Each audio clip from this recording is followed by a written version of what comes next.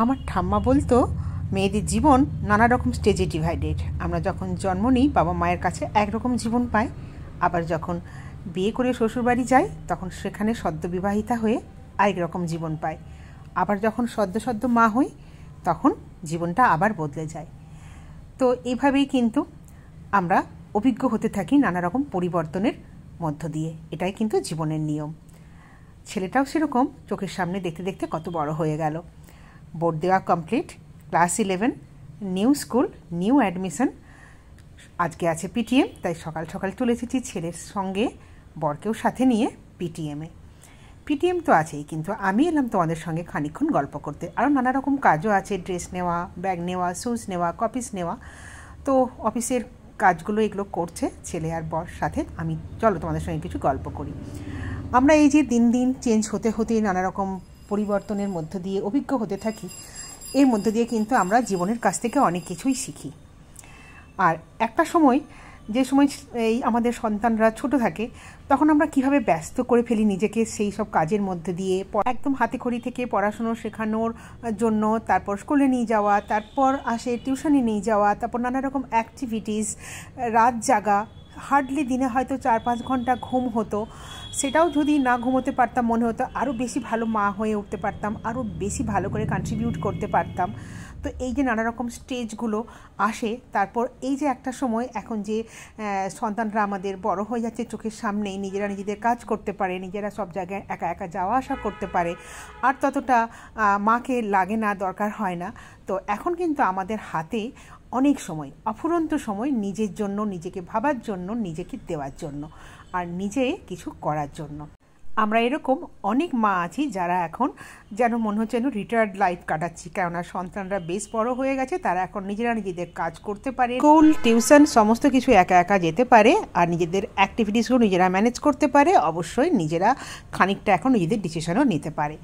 তো সেই কারণে আমি 2 বছরের অভিজ্ঞতা থেকে এইসব মাদের জন্য বলছি যে ফেসবুক কিন্তু একটা অবশ্যই সে ভালো প্ল্যাটফর্ম সেখানে কাজ করার জন্য। কারণ আমার সবচেয়ে যেটা বেশি মনে হয় ভালো, যে এটা বাড়ি থেকে করা যায়, বাড়িতে বসে করা যায়।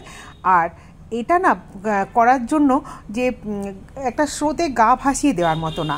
তোমার যেটা কোয়ালিটি আমি কি বলবো, আমরা যে সারা দিন ধরে আমরা বাড়িতে কাজ করি, হাউসওয়াইফ, তো সেগুলো তো নিশ্চয়ই কোয়ালিটি না। এই যে একটা ঘর গোছানো, একটা রান্না করা, সুন্দর করে পরিবেশন করা, সুন্দরভাবে নিজেকে সাজানো, সুন্দরভাবে শাড়ি পরা, সুন্দরভাবে ড্রেস আপ করা, এগুলোও কিন্তু আমাদের কোয়ালিটি। সুন্দরভাবে আমরা যখন মেকআপ করি, সুন্দরভাবে কোনো রকম যখন আমরা পার্টি অ্যারেঞ্জ করি, সুন্দরভাবে যখন আমরা কোনো কিছু ডেকোরেটিং করি, এই সবগুলোই কিন্তু কোয়ালিটি।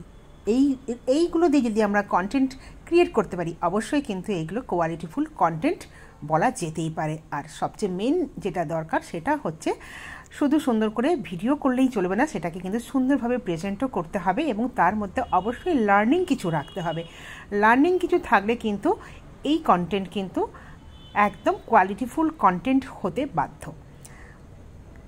তো এতগুলো কথা বলার একটাই কারণ, যে স্রোতে কিন্তু গা ভাসিয়ে অনেক কিছু কাজ, অনেকের জন্য যেটা ইজি, অনেকের জন্য যেটা খুব মনে হয় যে ঠিক, সেটা কিন্তু সবার জন্য নাও হতে পারে। সেই জন্যই এই কথাটা বারবার বলা। আর ফ্যামিলি যদি তার মধ্যে সাপোর্টিভ হয়, তাহলে তো কাজ করতে আমাদের আরও অনেক ইজি হয়ে যায়।